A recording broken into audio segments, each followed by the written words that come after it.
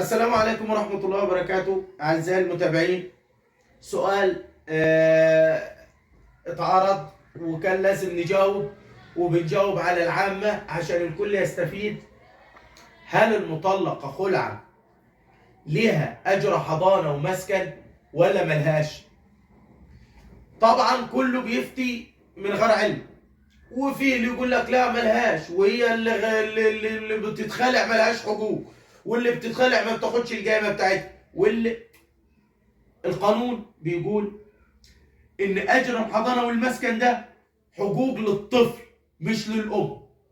فطول ما انها حاضنه ليها اجر حضانه ومسكن، سواء مطلقه طلاق عادي او مطلقه خلعا، ليها اجر حضانه ومسكن، لان اجر الحضانه والمسكن من حقوق الطفل اللي حتى ما ينفعش ان الزوجه تتنازل عنها.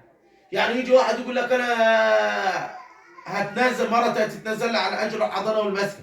ايوه تتنازل لك، بس لو حبت ترجع في كلامها هتاخد حقها برضه، لان دي حقوق للطفل ما ينفعش يتنازل عنها.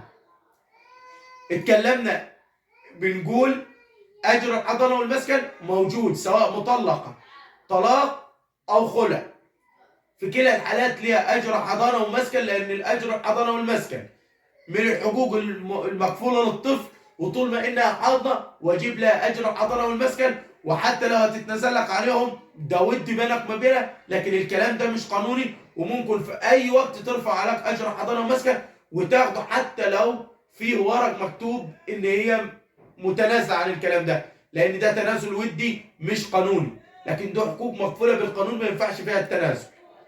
انتظروني في فيديو جديد ومعلومه جديده.